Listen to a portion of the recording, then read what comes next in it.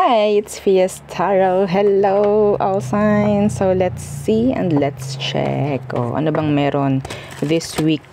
Okay, this week's energy. So, kung ano man ang meron, mensahe, gabay, prediction, yan natin titingnan. Okay, pero syempre, again, kung may tanong pagdating po sa private reading, yes. And sa ating mga charms, yeah, just message me sa akin pong FB page for more info. And again, before tayo mag-start, kung hindi ka pa nakakapag-subscribe, please do subscribe and hit the notification bell para lagi po tayo maging updated sa mga mangyayari pa lang. Yes, yo. Okay, so let's start the reading. Hindi natin pahabain ang intro. So, what's for you, air signs, this week? This week, what's for our air signs? Air signs. Gemini, Libra, and Aqua. Page of Wands, Universe. Okay.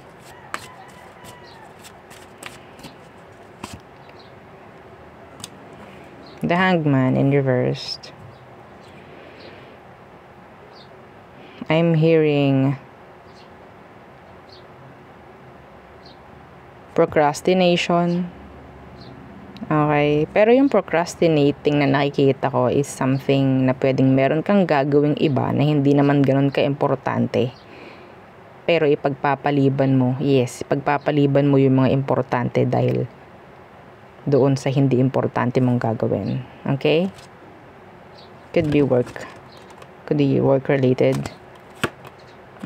Oh, the Three of Swords. So, kung meron mang ganyan mangyayari, mas maganda, gawin mo muna, tapusin mo muna bago ka gumawa ng hindi importante. Okay?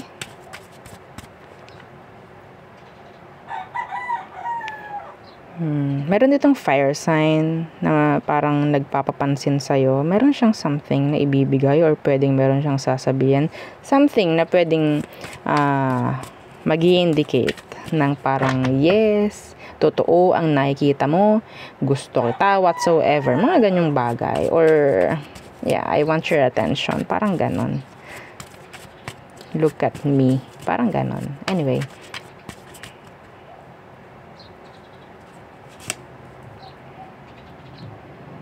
The Ten of Swords.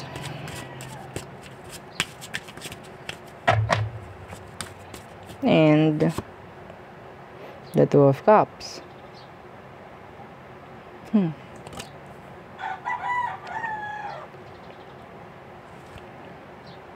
Meron dito mag-i-end. Yeah, a relationship. Some of you po, sana wag na yan, wag na yan. I'm hearing changes na may kaakibat na offer. Kaakibat talaga. May kasamang offer. Itong offer na to, magdadala ng pagbabago in general sa'yo this week. Kung ano man yun, I don't know. We're talking about general. Yes, may offer dito na parang magbibigay sa'yo ng pagbabago kung ano man. May dalang pagbabago itong offer na itong darating. Okay, the Three of Pentacles in reversed. And the Ten of Pentacles in reversed. Merong usapang pera this week. Okay? May usapang pera. Yeah.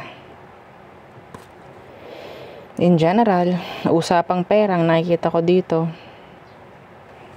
Kung merong mga issue pagdating dyan sa pera na yan, pwedeng mapapag-usapan. Or there's this something magre-resurface about doon sa issue sa pera. Okay? Yeah. Yung iba dito pwedeng mamag-asa na may mangyaring maganda. Iba sa inyo kasi talaga naman tawag dyan stress na. Okay, stress. Money is doing good. Some of you. Money will do good. Parang ano daw? Yeah, parang ganyan. Magiging okay. Kahit hindi natin nakikita dito, magiging okay yung kaperahan mo this week. Air signs. Yeah, may offer. Some of you, may paglabas ng bahay. Lalabas ka ng bahay and pwedeng may gastos na mangyayari.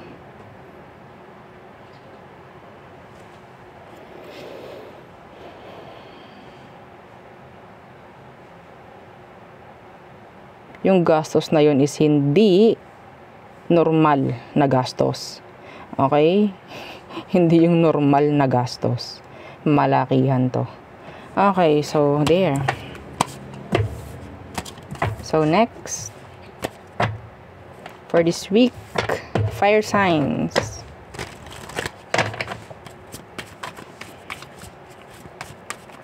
Fire signs.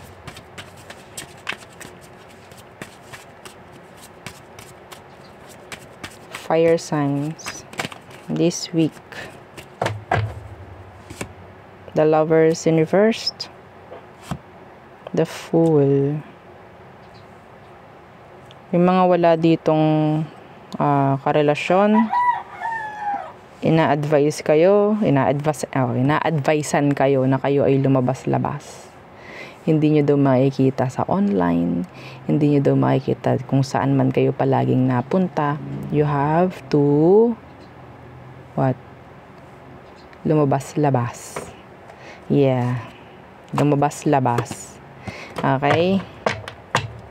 Yung mga interested, yeah, this week may chance kung lalabas ka. Hindi po kabilang hindi kabilang ang pagpunta ng trabaho, pagpunta sa mall, pagpunta sa grocery. Hindi po yun kabilang. Yung unusual, yung sabihin natin hindi nyo madalas ginagawa. Okay, pupunta ako dito kasi parang maganda dito. Parang ganon. Okay?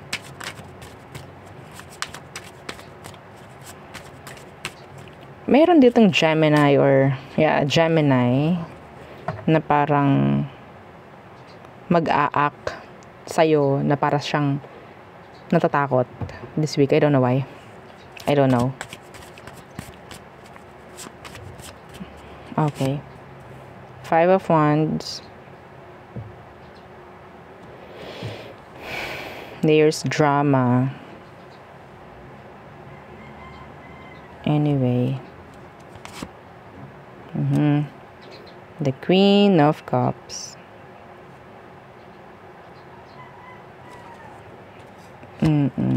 Drama through message at chat. Hihingi ng tulong sa'yo. Mga ganyang bagay-bagay. Okay? So,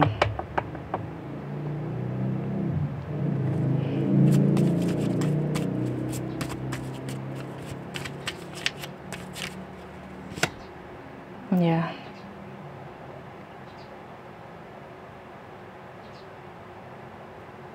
Some of you, meron kang something na parang e-effortan this week. Meron kang effortan this week. I don't know kung ano yun. Oops. Oops. Okay. What else?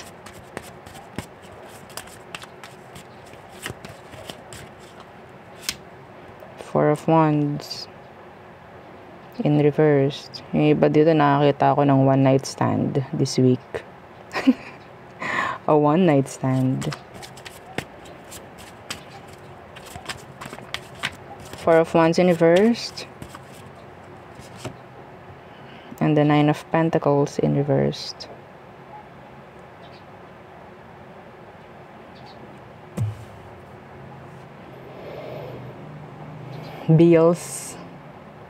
Bills to pay.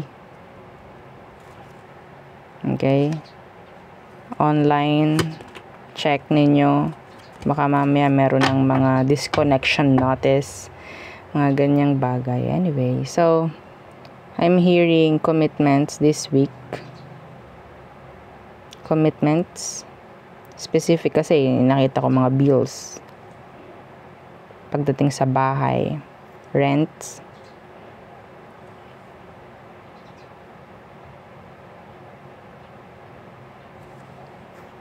Okay? So, meron ng mga papaltan na gamit sa bahay ba sa inyo?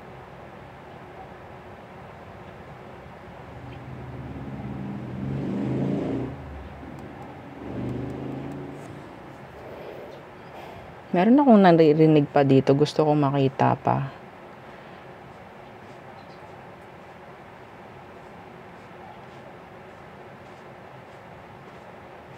I'm hearing a baby.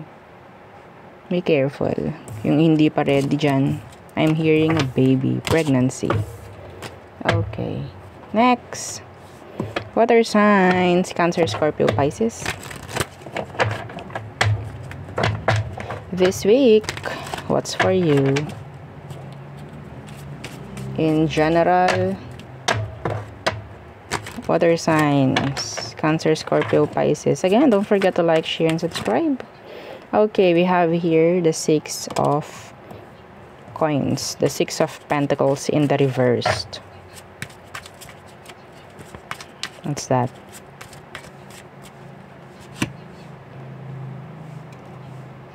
Somebody is sad, thinking about having a new beginning or another chance this week. Could be an earth sign or a fellow water sign.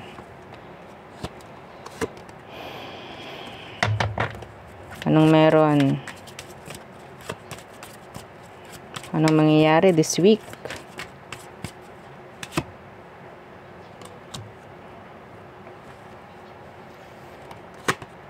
Yeah, expectations. Wala akong nakikita dito. You have to set healthy boundaries pagdating sa sarili mo if naka-resonate ka doon. Okay? Wala akong nakikita ang ganap masyado. Maapektuhan ka lang emotionally, mentally. Kung ikaw itong maglulugmok-lugmok sa ganyan, okay, magmumukmok ka. Hindi mo naman alam kung anong meron. Hindi mo naman alam na ikaw ay hindi naman iniisip. You're just wasting your time, effort, energy. Kung sakali. Okay? So, what else? Meron dito ako nakikitang tawag dyan. Anong word? Magtatampo. This week. Okay? So, what else?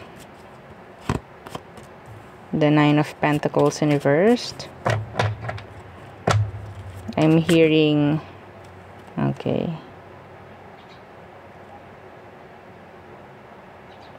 meron pa rin hindi makakapagbayad. Some of you, if you're waiting for somebody na mag-pay sa'yo this week, hindi ko nakikita eh. What's with this 9 of Pentacles in reversed? The Emperor. A lot of work.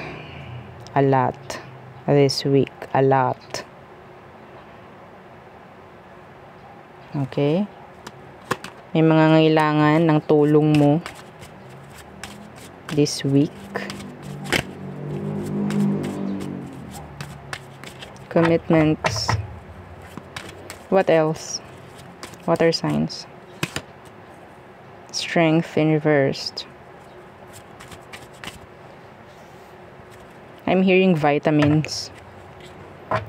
Vitamins. Okay. Strength in reversed. 9 of Wands in reverse. Oh. So, I'm hearing na pwedeng maging prone sa lagnat, sa sakit yung iba dito. Pwede sigurong dala na rin ng pagod kung sakali. Okay? So, hinay-hinay lamang ang dapat. Hinay-hinay. Okay. So, yun nga po, no? Prone yung iba dito sa sakit. So, yeah. Be careful. Vitamins. Yun. Kaya narinig ko. So, next. Earth signs. Hang on. Sandali lang po, ha? Okay. So, Earth signs. Okay.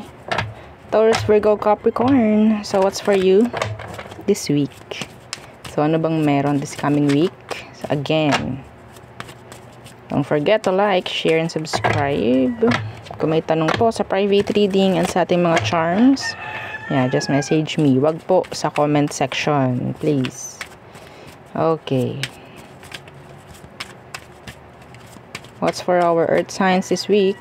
This coming week, earth signs.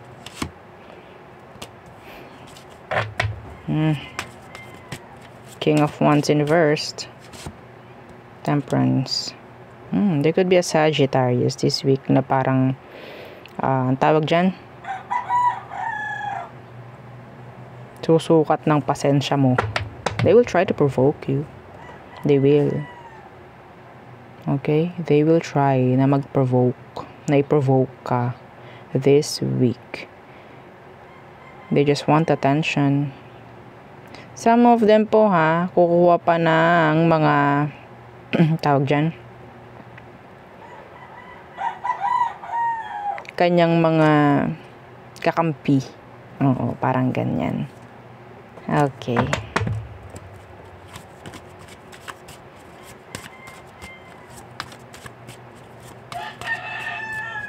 Yung iba sa inyo, babalik yung sabihin nating, huy, nakarinig ng babalik. Babalik yung sabihin nating,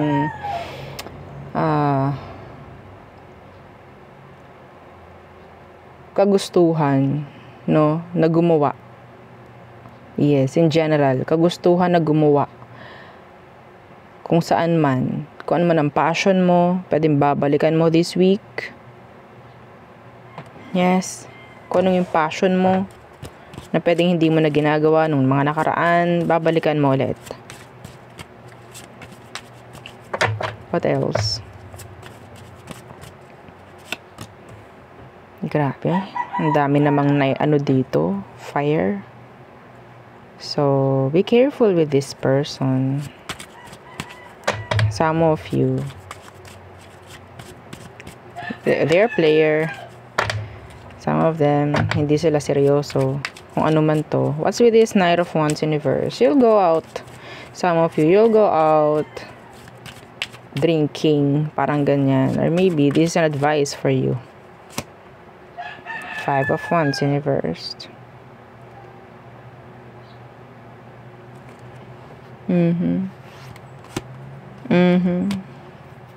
Meron ako nakikita dito, na isang pangyayari na parang nakaschedule na pero hindi naman matutupad kung ano yung mga dapat ninyong pag-usapan. They're narcissist. Okay, they're narcissist. They're controller. Hindi kayo dapat maniwala sa taong to. Okay, could be a fire sign, Aries, Leo, Sagittarius. Madalas kaalaban nyo yan no, earth signs. Yeah, madalas kalaban yan, madalas kaaway nyo mga fire signs, mga earth signs, madalas. Yeah, see? Kung lalo na po kung patungkol sa pera, ang pag-uusapan nyo ng fire sign na to, hindi ko nakikita magkakaroon kayo ng magandang usapan.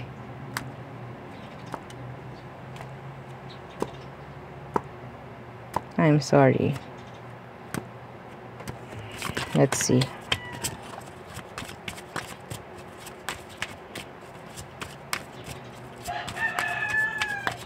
Some of you, I'm hearing flirting this week. Flirting with a fire sign this week.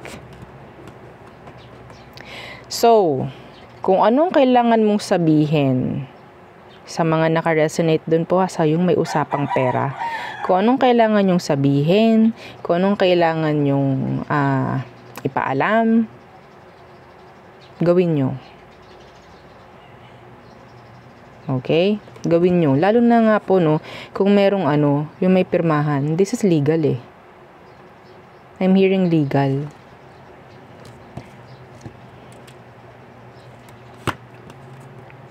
Meron lang talagang itong fire sign na to ang pangit kausap. Kung meron kayong mga pwedeng ipakita,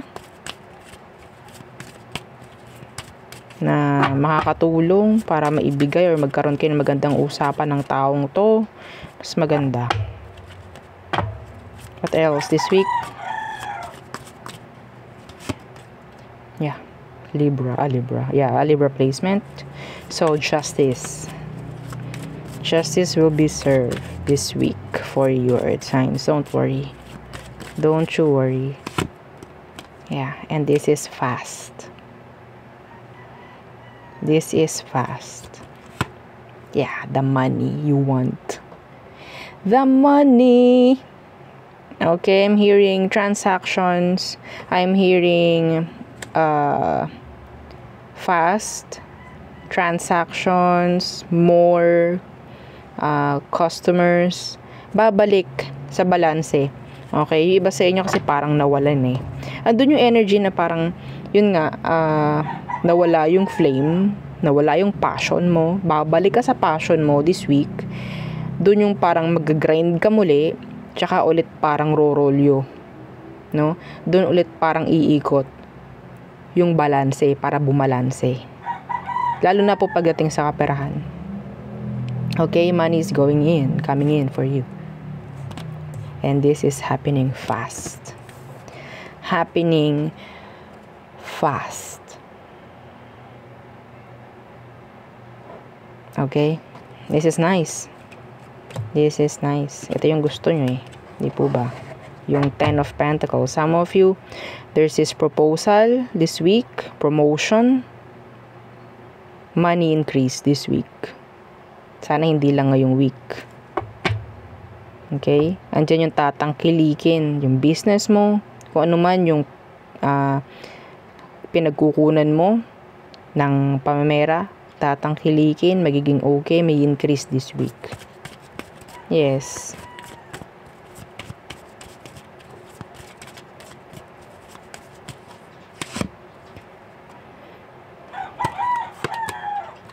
So,